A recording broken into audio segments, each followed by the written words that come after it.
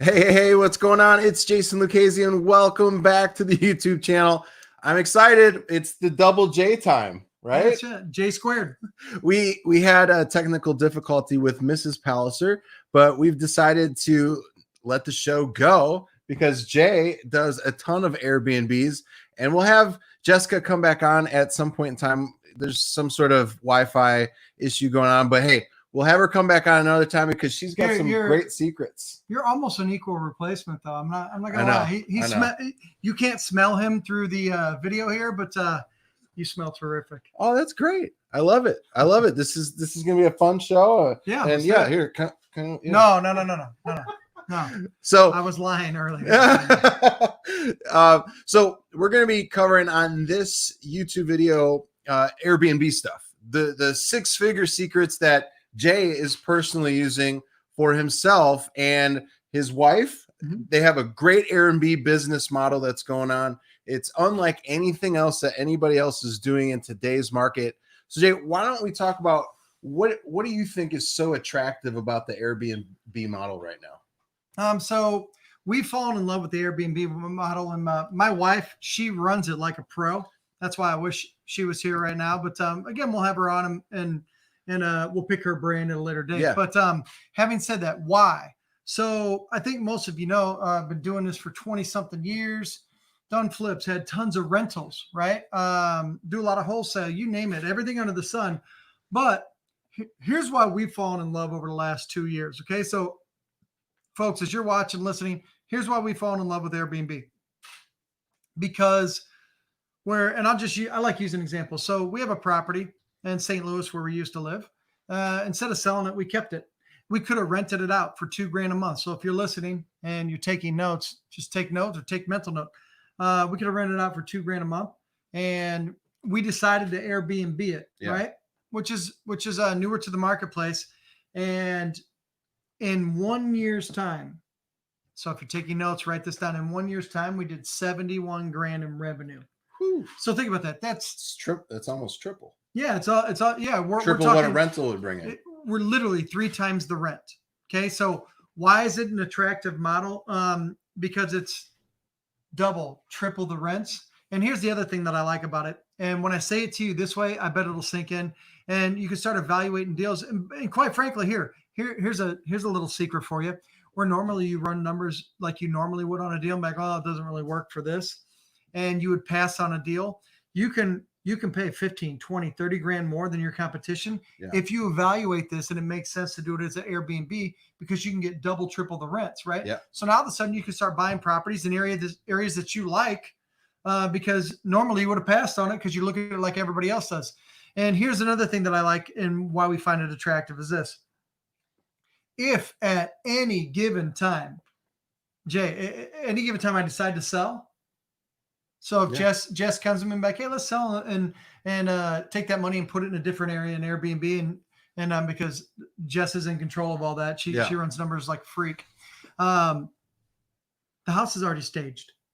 It's already got all the stuff in it. So literally, I mean, everybody on here knows. I mean, you're going to sell houses for another 5, 10, 15, 20 grand or a percentage higher if the house looks ready to sit down and move into, right? Sure. So the house is already staged. That's another thing that's attractive. The other thing that's attractive, and I always tell people this, when I say it to you this way, if you don't start considering properties for Airbnb, it's going to haunt you, okay? Is this. When you look at a property as an Airbnb versus a rental, here's the other thing I know. When somebody moves in on a rental, do you know how often they clean? No. Do you know how often they clean? Do you know how? No, you don't. They can move in and not clean for an entire year. And when they move out, you're like, well, evidently they don't have the same cleanliness standards I do, right? But when you do an Airbnb model, there's a check-in date and a check-out date. You're notified because we have the resources and apps to be notified of all that. Your cleaning crew is notified. The person that stays there pays a professional cleaning fee for when they leave. So you know real time that the house is still in good working order. When somebody moves in, they're like, I'm going to put my stuff here. They bring all their stuff in with them. That's not really the case with an Airbnb. So there's tons of attractive things about evaluating a property for Airbnb. One is that 24 grand versus 71 grand. I mean, folks, how fast can you pay off a property then? Yeah. And the faster you pay it off, the more cash flow you make, right? Absolutely. So those are several reasons why I love Airbnb, and it's so attractive to us. And again, when we decided to start doing it, we evaluating things different way. Jess went down a dark rabbit hole and uncovered all these resources to evaluate deals like a ninja. And she's the one in charge. She just evaluated one. For those of you who don't know, we live in St. Pete Beach right now in Florida, and we just evaluated one the other day from one of our 2-day blueprint clients that sent it over to us in Big Bear, California, where nice ski resort, stuff like that. So she literally analyzed that thing in 2 seconds flat. And there's nice tools and resources out there to do that. So, yeah, for sure. But that's why I like it. That's why it's so unbelievably attractive. No, I hear you, man. And we actually have a few questions that we were going to be doing when it was going to be Jason and Jess, but we're going to kind of go off the cuff here. We're not going to be doing those questions. I don't care. That's fine. We're going to be saving those questions so that you and Jess can do that episode when her Wi-Fi and internet connectivity is good to go. Sounds so good. Some of the things, because we really wanted to talk about some of the 6-figure hacks on this particular video, and Jess and Jason were for sure going to cover that. I see the questions right here. Everything that they were going to share was going to do that, but we're also going to cover it in another episode later on. Right now, what we're going to cover is, so Jay, right now with everything going on with COVID and all that type of stuff, how much more thorough do you have to be, like with cleaning and all that type of stuff? And have you seen any drops in reservations? Yeah, that's the first question that myself and Jess get. Yep. When people are saying, well, hey, how has the Airbnb model been impacted by the COVID and the virus out there, whatever? So what happened was we had a ton of cancellations. Okay, so we had a ton of cancellations when all this hit. Hey, don't travel, don't get on a plane, don't do this, live in your own private bubble, right? Yeah. So we had lots of cancellations. So I mean, it was like overnight they were dropping like flies, and you really should have put Jess and I on suicide watch. We're like, what's going on here? Hey, and but here's what we took our deep breath, and now I like this model even more. Here's why. We had a ton of cancellations. Okay. But after about that 3-week period where everybody was freaking out, all of a sudden, Jess is like, hold on, another booking. Yeah. So people started rebooking. So I would tell you that between our properties, let's say we lost in bookings 8, 9, 10 grand. We've gained all that momentum back, and maybe we're off $1,000, $1,500 from where we were. And but here's what nothing substantial. No, and think about this for you listening at home. Okay, think about this. So we're $1,000 or $15 off of where we had in bookings, right? We were still, okay, if none of the bookings even came back whatsoever, we didn't gain all that back, we were still at well over double what the normal rental rate would be. I don't think a lot of people understand that, especially they're like, oh, these investors took a huge hit with their Airbnb properties. But essentially what happened was you got like a little, I guess, a break because of everything that happened, but you already made pretty much all you would from a rental property in the first quarter of the year. Correct. So this whole COVID thing, it took a hit on you guys, but not as much as everybody is thinking on the other side that doesn't have Airbnb properties. Correct. And I'm glad he brought that up. So open your ears and be ready to receive. Because when you said it like that, it's going to spark me to say this, which I've never said before. You're right. So imagine a world. Oh, I'm right. Yeah, very rare. No. You're right in this respect.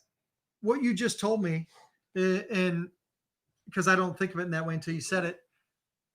Imagine a world. What if you could have a rental property where you get the entire year's rent in 90 days? That's crazy. And then you get the rest of the year off with no one messing with your property. If you wanted to look at it that way. And so I'm still on even ground with somebody who's a landlord. Yeah. The huge thing too, to take away from this, because we've got some more juicy content on here. Make sure you guys are sticking around. You've got your notes out and just, will we learn this we're going to be talking about, are we going to be talking about this at the Blueprint?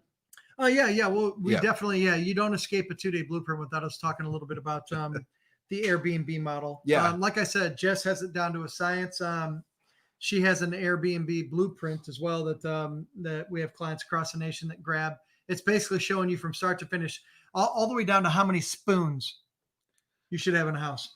Little things like when people check in, you better have a corkscrew there because people like to drink wine. If you don't, you're going to get a bad review, right? So That's we huge. have all the tips, all the things in place. Just spent months putting together literally a step-by-step checklist. You could literally almost go through when you get a house based upon the number of bedrooms you have. This is how detailed she got with it, and just go through an entire checklist right on your computer and go this, and this from your couch and order the entire everything for the house to make sure that it's perfect for a hospitality Airbnb. Yeah. Which quite frankly, people make mistakes. We learn from some of our mistakes, but all the way down to having a dual coffee maker. Because some people like a regular coffee pot and some people like the Keurig. We'll solve that by buying one that has the coffee pot and the Keurig attached to it, right? Those are little things that roll out the red carpet for an experience for somebody. Yeah. And we got, hey, what's going on, David? What's up, Ben? Cure? What's going on? Guys? And we got Mike. He's on the other side. He's just here to send us some good vibes, which is great. Oh, there he is. But the thing I was going to say here is I like this model so much more, and we're going to be doing more Airbnb stuff. And the main reason why is I've had rental properties in the past, and most of them have been complete freaking nightmares. Main reason why I had this really great property back in Illinois, and it was getting rented easily, but it got destroyed every single time, Jay. So one particular time I told the person no pets. So what happens after I evict them? I go inside and there's like poop and pee on not only the carpet, but it's on the walls. It's on the freaking walls. The cool part is this time it wasn't me. It's true. So what I had to do, I had to replace the carpet, the padding, and we even had to do some stuff to the subflooring to get the smell out. And we had to use some special stuff on the walls to get all that off. So at the end of the day, what has a higher profit margin? The Airbnb model. Main reason why is if they trash the place in an Airbnb model, what do you have on file, Jay? You have their credit card. So guess what? Yeah, if they mess something up, you have their credit card on file and you could zap it. That's number one. Number two, the vacation rental portals that you're going to put your properties on so that people can shop and choose you and book with your property. They also have insurance policies for you. Because remember, these booking sites are collecting money from you off of your booking, right? And because they've done the work to put everything in place to make sure that the eyeballs see your house and then they book. So they get like 10% of it, but they also have insurance policies. Now I would, if you're taking a note, encourage you to read their insurance. They cover certain things. They don't cover certain, like they don't cover stuff like this. Who is that? That is BJ Armstrong. LeBoob James, something like that. I don't know. Yeah. LeBron, something. I have no clue. They don't insure stuff Scottie like that. Pippen. Scottie Pippen? Okay, Yeah. Sounds good. And but anyway, so they don't insure everything, but they do insure a lot of stuff. So if somebody kicks a hole in your wall, we got a hole in our wall. We don't know how it happened, but it got repaired. So it was covered, right? So that's Mike's literally in the back having a heart attack. Scottie Pippen got me. Oh my goodness. Whenever we mention the word poop in front of Mike, he goes crazy. He loses his mind. He's back there smoking a bowl. he hates when we say that too. Yeah, he hates that. Let us know if you like when we say that about Mike. He's our token guy. He loves Token guy. our token Hispanic. He just loves going to town. He's back there. He's back there doing all the wacky, crazy stuff. It goes into jail a little bit, and he gets a little nuts. Yeah, I do. I think all of you who know me, if I see an opportunity, I'm going to take it. If I see an opportunity, yeah. If I got an opportunity to sing Mike, I'm going to do it. Right. Yeah. So on the Airbnb, folks, you have to consider it. Here's the thing. Imagine again, I don't know where you're at in the life cycle of your investing. I don't know what type of investing you're doing. Okay. But what I can tell you is this: if you start to evaluate deals that could potentially be an Airbnb and you start to go that way and add that as part of your weaponry on what you do as a real estate investor, here's what I can tell you. Let's say you were going to close 10 deals this year, or 30 deals this year, or 50 deals. I don't care where you're at in your life cycle. You're going to close more deals. Do you guys get that? Yeah, Mike, here we go. The token toker. There I you like go. that. I like Yeah. that. Oh, we got Mike with puff, puff, puff. Oh, wow. That's really good. Hey, so a couple golden nuggets Sure. that I'm going to ask Jay right now, because a lot of you guys might be wondering about this. So we'll just go ahead and clear the air, because there's people out there that charge probably a few $1,000s for this. But hey, Jay, we don't want to go to Guruville tonight, so we're just gonna go ahead and share it for folks. So what if I don't have any cash, or any, like, if I have poor credit? What's the best strategy for somebody to get involved with Airbnb properties? So you may have heard of it. If not, then when you're done, Google it, do whatever, or reach out to us, hit us up, and we can get you some more information. But people will go out and sign a rental agreement, and also So they'll find landlords. Yeah, they'll find landlords. They'll sign a rental agreement and tell a landlord, hey, look, I'll be responsible for the rent. I'll sign a yearly lease agreement with you, and I'm going to put furniture in the property if there's not already furniture in it. Say, hey, look, I'm going to make this place nicer and stage it, and then I'm going to go ahead and rent it out through vacation rental sites, and then they educate that landlord on, hey, look, every time somebody books, there's insurance on it just in case anything happens. And what you can do is you can dangle a carrot once you've run the numbers the right way, and you see that you're going to get 2 to 3 times the rent. You could tell them, hey, look, I know you were advertising this thing for rent for $1,000, but I'll sign a lease right now for $1,100. So you'll pay them above market or what they want. And then what happens is this: you didn't have to buy a property.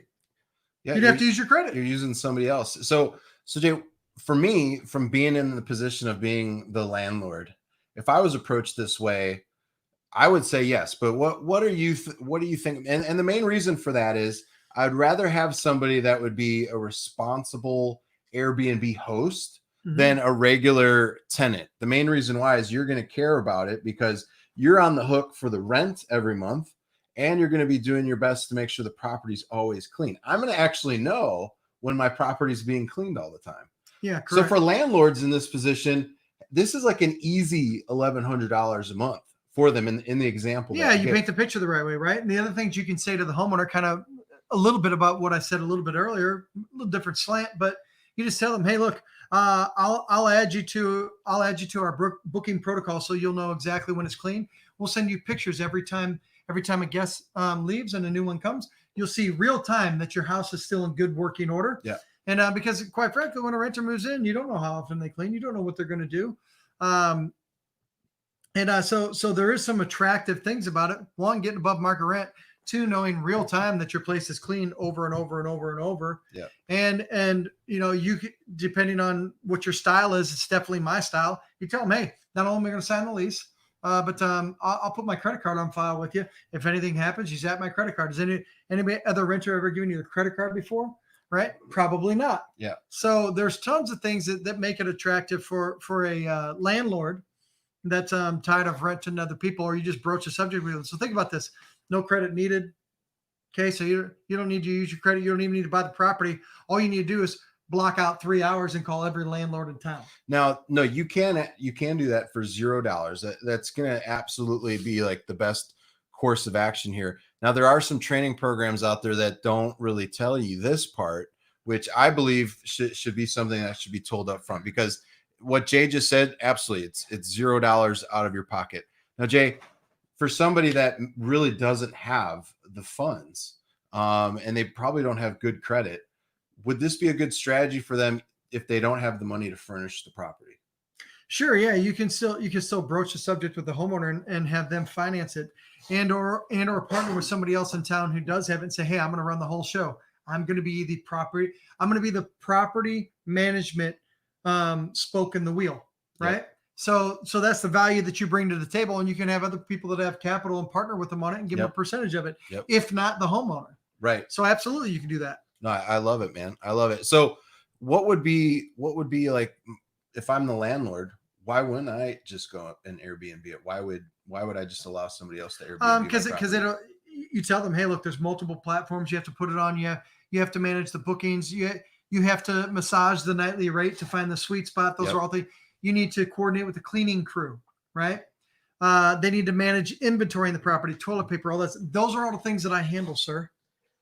Yeah, Right? and you were telling me last night some of the ninja things that Jess does, and I could see a landlord not wanting to do that stuff. So there's a lot of people, we always get questions like that, like why wouldn't the landlord just go ahead and do it themselves? Well, I could tell you from this standpoint, there's a lot that goes into doing the Airbnb model. And Jess, who's going to come on here, and we're going to have another video about this. She'll go over some of the stuff that she's doing. It's complete ninja stuff.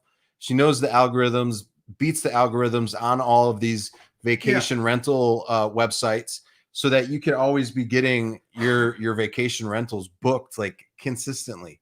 You know, you just told me about your property, which I stayed at last month with you, and from Thursday to Sunday, $1,600. Yeah, it's freaking awesome. It's a good amount of money, right? That is, and it's all about bedroom count, folks, and how many people it can sleep. So yeah, that's a good you point. You could take a 3-bedroom house and also have a pull-out couch and all that. So with the Airbnb models, how many humans can you sleep in that property? It's not about your bedroom. It's not about your bedroom count. It's all about how many people will sleep there. Yep. So in that particular house that you were in, it's a lot of bedrooms. Yeah, well, a lot of beds, and it's a decent amount of bedrooms. Yeah, we had our house that we have. It used to have a hidden office behind a bookshelf, which is pretty neat. That's where you stayed actually, and so we ripped out the office. Jess came to me. She's like, "Hey, we need to." She was gonna like a ninja. She's like, "We're maximizing this space." So lo and behold, it hurt me a little bit. She's like, "We're ripping out the office." So we ripped out the office, and then we put 2 queen-size beds up there. There's another 4 people that can sleep. Yep. So the house right now, as it sits, can sleep. It's 2,700 square feet, but it can sleep 12 people. Yeah, that's huge. And that's why we get bookings. Think about this: if you have 12 people, normally they're going to have to get 3 or 4, maybe even 5, who knows, hotel rooms. And if you're paying 150 a piece, then all of a sudden that adds up $600-700 a night. So imagine a world where you can rent out your property for $375 a night, 400 something a night, 500 a night on weekends where there's good stuff going on. In this particular property in St. Louis, there's festivals near the there's downtown area. Yeah, there's a historic downtown area, so people come for festivals. Seems like there's one every 2 weeks, right? So those are prime times. So yeah, $1,000 here. Every time she gets a booking, I get all excited. She's like, "Got another booking." I'm like, "Ooh, nice." So we're gonna wrap it up here in just a minute. So if you have questions, make sure you go ahead and put them in now. I've got one final question to ask Jay. It's a real good one here. You do not want to miss Jay's answer on this one. So make sure if you have questions. I already know. Yeah, come on. Make sure if you guys have questions, put them in there. I know David just has some information, so we'll cover that here in a minute. But Jay, let's talk about location. Okay. So that may have been a surprise for you. I don't know what question you were thinking when I you was say ask you. When you say stuff with a straight face, I get nervous. We're going to shoot some serious question. Like, what's your favorite color? I don't believe you. So thanks. We're on YouTube right now, and you're saying you can't believe what I say. You like to pull pranks, Sparky. Thanks, buddy. Yeah, you like to pull pranks. So, I'm the prankster. What? Okay. Well, I'll have to video some of the things he's been doing to my kids while he's been here. We'll talk about pranks in a little bit. Hey, I love messing with them. It's great. They thought that we paid what, 20 grand for a box of baseball cards, and they came running the room. We're like, just joking. Oh, Mike, we have somebody that said, how long before Mike responds to joint venture email requests? This was from Tracy. Yeah, I got her email a little bit ago. Oh, he got your email a little bit ago. So in Mike's world, give him anywhere from 6,000 to 24,000 business hours, and he'll respond. No, I'm just joking. He'll respond. When will you respond, Mike? Today, tomorrow. Oh, today, tomorrow, you said, Tracy. I've got a few. I've actually got a couple partnering calls to do today already. Great. Thank you, Mike. You could go back to your bowling. There you All right. So location. So how important is it for location? Because I was talking to you about it. I'm in Indy. I know there's some spots in Indy that, are some great Airbnb opportunities, but does it really matter location wise? Yeah, so it does matter location wise. So there's certain areas that are better for Airbnb. There's certain areas that are not. One thing that you need to start at is if you're looking to identify an area, start at the city level and say, hey, are we allowed to do Airbnbs in this area? Then you go to the city and county, And then what you do is you go to your local HOAs or subdivisions, see if they have any restrictions. Like where Jess and I live in Florida, because we're real estate junkies. Yeah. And I'm like, hey, when we leave town, maybe we can, Airbnb our own place. But they have strict rules on if somebody Airbnbs your house, you have to Airbnb it for 30 days. It can't be a 2-day stay, a 5-day stay. So those are things that you need to ask at your HOA level, your subdivision level, and then your city and county level, so that you know that it's a good that there's no encumbrances for you to do a vacation rental. Because there's like actual states that have said you can't do Airbnbs, right? Yeah, there's certain it usually falls on the municipality, but yeah, so that's easy enough for you to find out, right? And then the next thing you need to do is that area suitable for Airbnb? If you live in an area where people aren't coming and going that often, then you may want to consider doing it in a different area. There's nothing stopping you from investing in other areas, right? I see a question here. Our medical center area is good for Airbnb. Yeah, anywhere that's near like a historical district where people come and go, music venues, festivals, car races, sporting events, hospitals, specialty hospitals where people come to take care of their sick and loved ones, and they're there for an extended amount of time. Absolutely. Near places like in St. Louis, if you get a property near Anheuser-Busch, people come in from all over the place to tour the brewery, right? So you just need to find out if it's suitable for your area, and there's resources. So again, my wife Jess did a very good job at putting together a complete spinning wheel all the way on the front end on how to evaluate it. There's different websites out there that you can go to evaluate, and you could type in a zip code or area and say how many bedrooms or how many people it will sleep.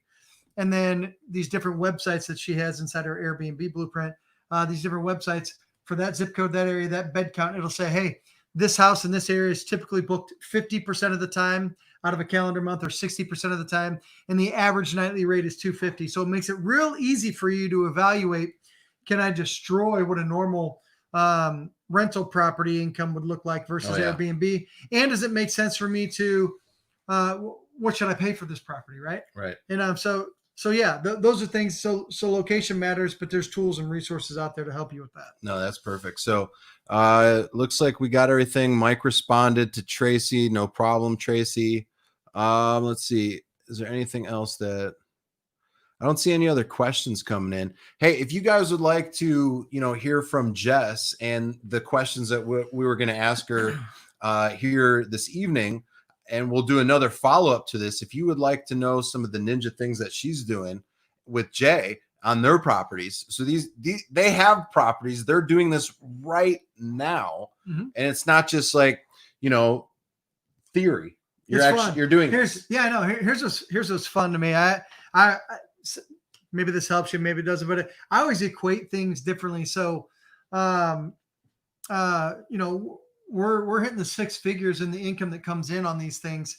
And I always equate it to this. I'm like, to me, that's like, on average, that's like having 3 other adults that live in the house with you, that are contributing members to the household that don't ever have an opinion about where you go to eat, whether we're going to the movies tonight or not. So I always feel like the income coming in, the passive income coming in, it's like other adults living with you that, they don't argue with you. I like that. And the spreads in your opinion are probably much better because you're not having to do carpet. You're not having to do paint all the time when somebody leaves. You're not having to do as much maintenance. So the net income is probably substantially higher, right? Mm-hmm. Yeah. So the wear and tear is less. Plus, remember, there was wear and tear. We had a hole in the wall, got fixed, and it was covered. We just submitted we just started a ticket on it, and they reviewed it. We sent in the stuff. We showed them what we paid. Nice. Got reimbursed. The cool thing is these booking sites, again, which we can teach you how to do it, they're already connected to your bank account. So they approved it, and boom, the money came flowing straight in. That's awesome. It was about as seamless as it gets. I loved it. Yeah, that's awesome. It's absolutely awesome. That's a home run right there. This is like real estate investing stuff. We cover a lot of real estate wholesaling stuff, but if you want to go above and beyond and actually want to start having cash flow coming in for your business, this is some information that you definitely need to be applying in your business. So we'll have Jess come on for another episode, and we'll be discussing some of the stuff that she's doing right now, some ninja stuff in order to get the properties booked for Jay and Double J. It would have been a Triple J tonight. It would have been a Triple J. Yeah, I mean, she has it down to a science, folks. There are little things that you do that get you more bookings, that get you to show up on these sites when people are searching. She has that stuff down to a science, and all the little things that you need to do. The biggest thing that I will tell you, and again, we can talk about it at a later date, is that you roll out the red carpet. She is world-class at rolling out the red carpet for clients, and then they're going to book again, recommend other people to stay and give you good reviews. When you do that, then all of a sudden people start booking more and you can charge more. Yeah. So, but yeah, absolutely. Smart stuff. Well, cool. We just hit a little bit over the 30-minute mark. So we're going to wrap it up here. Enjoy the rest of your evening. We will see you guys on Monday. So have a great upcoming weekend. Any parting words from you, Jay? Yeah. As always, hey, we're looking to make sure that every investor that we touch, sharpens their sword, becomes a sharper investor, looks at things differently, identifies deals that other people can't see. And as I always say, and as you guys know, and as some of you who are watching right now know for sure, we're here to help you. We are here to help you. All you have to do is raise your hand and ask for help. You're not on an island by yourself. Right. A couple people I saw on the live here today are going to be at our 2-day blueprint build out this weekend. So if you want more information on that and see what your peers who are watching these videos right now have already experienced once they came into the fold and became a blueprint client, just go to, as you see there on the screen, 2dayblueprint.com, see what your peers are saying, see what we do, and see what we do to build out how to suffocate your city 30 different ways. And as always, as I always say, as a responsible business owner, schedule a phone call with us. Yeah, it's absolutely. Free. Head on over there. Yeah, talk, at least either have a conversation with Jay or somebody else on our team about your business. It doesn't cost you anything. At least we could get some information to you that would help you and your business out. Just, a 30, 40-minute conversation could really help change your business for the good. So head on over to 2dayblueprint.com. Other than that, seriously, have a great weekend. We've got the 2-day blueprint that we're doing tomorrow and Sunday. So we're going to be having a fun time with those folks. We're gonna show everybody how it's done, wear tearaway pants, and have a good time. we'll do some break dancing and have a blast. So we're gonna lock and pop it. Yeah, lock and pop it. I'll probably pop because I'm old, but that's fine. All right, we'll see you guys later. Have a good weekend. Take care. Bye. Bye.